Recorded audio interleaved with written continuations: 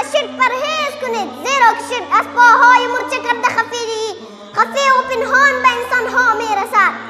پس ای مسلمانان جهان، رسول الله صلی الله علیه و سلم شرک را از پاهای مرچه کرده خفی‌تر ذکر کرده است.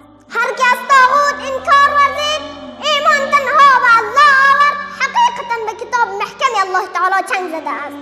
هر کسی که دست آویز خود کتاب الله و حدیث رسول الله را قرار داد، یقینا شخص مؤمن و واحد می باشد.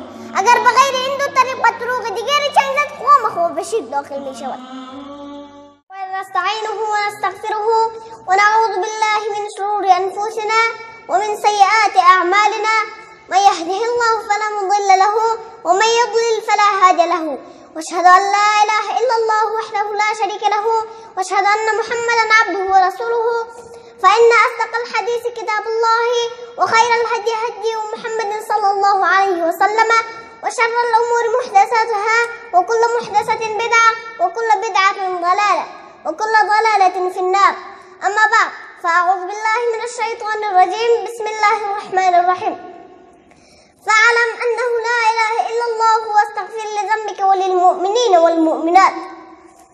الحديث عن عتبان بن مالك قال قال رسول الله صلى الله عليه وسلم: فإن الله حرم على النار من قال لا إله إلا الله ويبتغي بذلك وجه الله. رواه مسلم. هذا حديث صحيح. إن الله وملائكته يصلون على النبي يا أيها الذين آمنوا صلوا عليه وسلموا تسليما. اللهم صل على سيدنا محمد وبارك وسلم. رب اشرح لي صدري ويسر لي أمري واحلل عقدة من لساني يفقهوا قولي. ربي زدني علما. سبحانك لا علم لنا إلا ما علمتنا إنك أنت العليم الحكيم. برادران و خواهران متدین و دندوست و دعوتگران عزیز و گرانقدر و پرافشردگان دین مقدس اسلام و کسانی که در این مکان تشریف آوردید، تشریف آوری شما عزیزان را خیر مقدم گفته، تحفه سرور کائنات را به عنوان السلام علیکم و رحمت الله و برکاته را برای فردتان تقدیم می نمایم. در قدم اول من می خواهم چند دقایق حکمت باهای شما را گرفته اظهار ما فی ضمیر نمایم. شما عزیزان شاید از سیاق کلام بنده پی برده باشید که عنوان گذاری بنده درباره توحید می باشد. قبلا آیتی را که برایتان تلاوت کردم، الان به ترجمه و تفسیر آن می پردازم. پس بدان جز این نیست که نیست هیچ معبودی برحق بغیر از الله تعالی. پس طلب مغفرت کنید از برای گناهان خود و گناهان مردان و زنان مؤمنین. پس از سیاق کلام الله تعالی معلوم می شود که فرضیت علم مقدم می باشد از فرضیت ایمان. تا علم نباشد در خصوصیات ایمان کی پی برده می توانیم؟ اول علم فرض می باشد در بالای ما و شما و بعد از آن ایمان. ترجمه حدیث از عتبان ابن مالک روایت است که رسول الله صلی الله علیه و سلم فرمود: الله تعالی حرام گردانیده است بالای آتش جهنم کسی را که بگوید نیست هیچ معبودی برحق بجز از الله تعالی و طلب کند به این کلمه حکم شریعت الله را و معنی کلمه طیبه نیست همینطور می باشد، یعنی لا اله الا الله محمد رسول الله. ترجمه: نیست هیچ کسی لایق که بندگیش و اطاعتش کرده شود بغیر از الله تعالی و محمد رسول الله فرستاده و رهنمای بشر به شریعت الله تعالی می باشد. فقط کل حکم و فرمان و شریعت از الله تعالی می باشد و سفیر و ترجمان شریعت الله رسول الله می باشد و پس دین الله تعالی تکمیل و بدون نواقص می باشد و پیغمبر شخص کامل و بدون اشتباه و گناه یعنی معصوم می باشد. هیچ عبادت قابل قبول نمی باشد، باید خالص برای الله و به نقشه و رهنمای رسول الله باشد. پس معلومات شما بسیار دقیق باشد که هر اطاعت و تعظیم بغیر از الله باشد شرک است. شرک قابل بخشش الله تعالی نمی باشد و هر فعل و قول و عبادتی که بدون نقشه و رهنمای رسول الله باشد آن شریعت خود ساختگی و بدعت و گمراهی و مستحق آتش جهنم می باشد. بس همین قسم عقیده را عقیده توحید میگویند و بغیر این اعتقادات را شرک و بدعت میگویند. پس باید خوب بدقت بدانید و بفهمید که توحید به سه قسم می باشد. أول توحيد الربوبيات ضمن توحيد الألوهيات، أول توحيد الربوبيات ضمن توحيد الألوهيات، ثم توحيد الأسماء وصفات الله تعالى. أول توحيد الربوبيات عبارة عن إنسكي خالق ورازق ومربي ومدبر هم مخلوقات تنها الله تعالى ومي باشد. هیچ کس شریک نمی باشد، نه پیغمبر، نه ولی، نه ملائکه، نه سید، نه پیر، نه جن. دوم توحید الالوهیت عبارت از این است که صاحب شریعت و فرمان و لایق عبادت و بندگی تنها الله تعالی می باشد، هیچ کس شریک نمی باشد. سوم توحید الاسماء و صفات الله تعالی عبارت از این است که 99 اسم از برای الله تعالی می باشد، فقط نه برای غیر آن، از قبیل رحمان و رحیم و رؤوف و غفار و ستار و غیره می باشد که از برای هر یک اسمای الله تعالی معناهای بسیار می باشد و پیغمبران همه فقط به خاطر تعلیم و رهنمای توحید فرستاده شده است. الله تعالی فرموده است در سوره نحل آیت 36: ولقد بعثنا في كل امة رسولا ان يعبدوا الله واجتنبوا الطاغوت. ترجمه: الله تعالی می فرماید ما برای رهنمای هر امت پیغمبران را فرستادیم که فقط یک الله را عبادت کند و از عبادت طاغوت اجتناب ورزند. عبادت و اطاعت بغیر از الله را طاغوت میگویند. نظر به فرموده الله تعالی تا کافر به طاغوت نباشد ایمانش ما کامل نمیشود. چنانچه که در سوره بقره آیت 256 چنین فرموده است: فمن يكفر بالطاغوت ويؤمن بالله فقد استمسك بالعروة والوثقى لا انفصام لها والله سميع عليم. ترجمه: هر که از طاغوت انکار ورزید ایمان تنها به الله آورد حقیقتا به کتاب محکم الله تعالی چنگ زده است. هر کسی که دست آویز خود کتاب الله و حدیث رسول الله را قرار داد یقینا شخص مؤمن و واحد می باشد. اگر بغیر این دو طریق و طرق دیگری چنگ زد خواه به شرک داخل می شود. چنانچه که رسول الله صلی الله علیه و سلم فرموده است: ایها الناس اتقوا هذا الشرك فانه اخفى من دبیب النمل. رواه احمد. هذا حدیث صحیح. ترجمه: ای مردم از شرک پرهیز کنید زیرا که شرک از پاهای مرچه کرده خفی و پنهان به انسانها میرسد.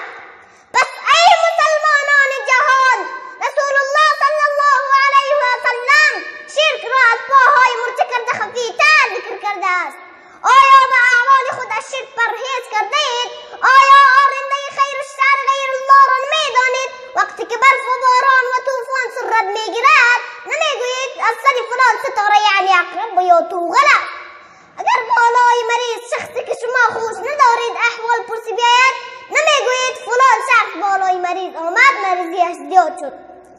آیا به اطفال خود و مریضهای خود حتی به گاو و الاغ خود تعویض و خرموره و چشمک موره و بند آقا و توغ زیارت را به خاطر شفا دادن قلاده نمیکنید؟ اینها همه شرک نیست؟ آیا در وقت عبادت و دعای به خود به صاحب منصبان سر تعظیم خم نمیکنید؟ به نهایت تعظیم و عاجزی را در لغت عبادت میگویند. آیا این عبادت غیر الله نیست؟ آیا در دعای خود به نام زیارتها و پیران و اولیاء الله آواز بلند نمیکنید؟ آیا در وقت قسم خوردن و دعای خود به پیران پیر، به سر بچه و زنجیر پیغمبر و به این روزید قسم نمیخورید؟ اینها همه شرک است. شما نگویید که ما هیچ وقت عمل مشرکانه را انجام نمیدهیم. آیا به نیازمندیهای خود قبرهای بزرگان را به نام زیارت وسیله نمیگیرید؟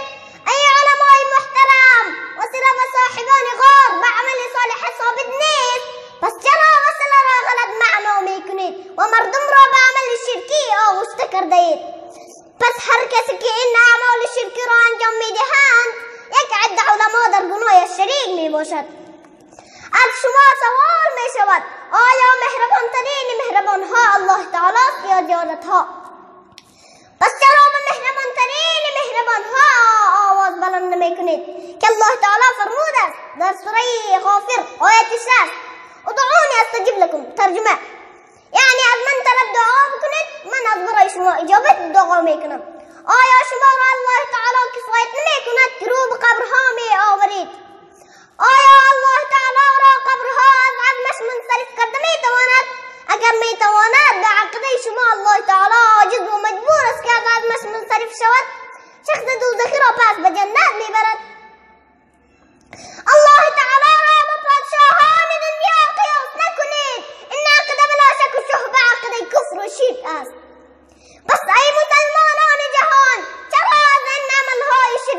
لو جرينا ميكنين. آیا عبادت غیر الله وجود ندارد که در پیش قبرها گاو و گوسفند ذبح نمی شود و نام نذر بیبی، نذر سخی و غیر نذرها دیگها پخته و مردم خورانده نمی شود؟ نذر عبادت است، پس به نام الله چرا نذر نمی کنین؟ که الله تعالی فرموده است در سوره نساء آیه 38 واعبد الله ولا تشركوا به شیئا. ترجمه: فقط تنها الله تعالی را عبادت کنید و به هیچ نوع عبادت الله هیچ کس را شریک نگردانید. نه نبی، نه ولی، نه ملائکه را شیئا نکره می باشد، به شیء من الاشیاء دلالت می کند که به تمام المخلوقات راجع می شود. من سخنهای خود را به اینجا پایان می رسانم. شکرا جزیلا لاستاذی ابو عبید الله متوکل حفظه الله واعطى لي وقتا كثيرا، وشكرا لمساعدتي كأتمنى لك نجاحا كبيرا. تكلمت باللغة العربية قليلا إن شاء الله بأي لغة نزل القرآن الكريم، ثم جاء الإسلام وأنزل الله باللغة العربية الفصيحة. قال الله تعالى: إنا أنزلناه قرآنا عربيا لعلكم تعقلون.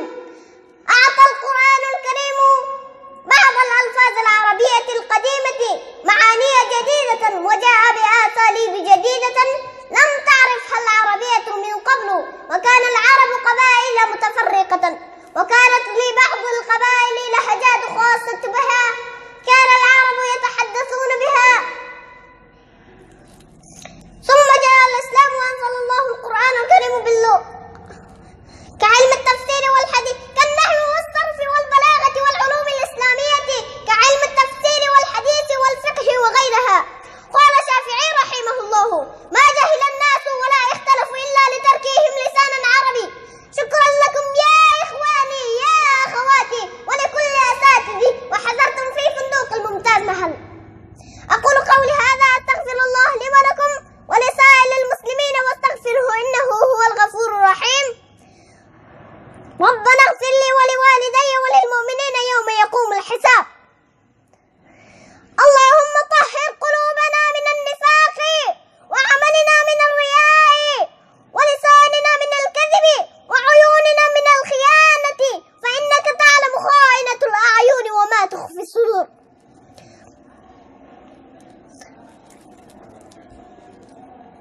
اللهم إني أسألك الثبات في الأمر والعزيمة على الرشد، وأسألك شكر نعمتك وحسن عبادتك، وأسألك قلبا سليما ولسانا صادقا، وأسألك من خير ما تعلم وأعوذ بك من شر ما تعلم، وأستغفرك مما تعلم وأنت علام الغيوب.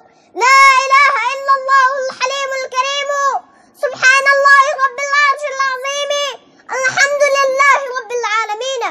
أسألك موجبات رحمتك وعزائم مغفرتك والغنيمة من كل بر والسلامة من كل إثم.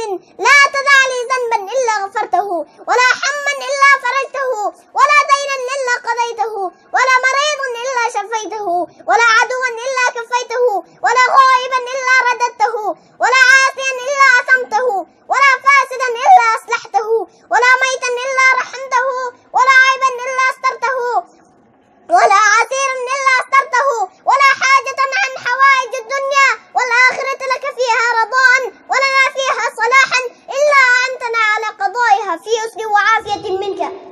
اللهم أعز الإسلام والمسلمين، اللهم انصر الإسلام والمسلمين، اللهم انصر المجاهدين في كل مكان، اللهم أهلك الكفرة واليهود والنصارى والدهرين، اللهم شدد شملهم وفرق جمعهم وخرب بنيانهم وزلزل أقدامهم وخذهم أخذ عزيز مقتدر وأهلك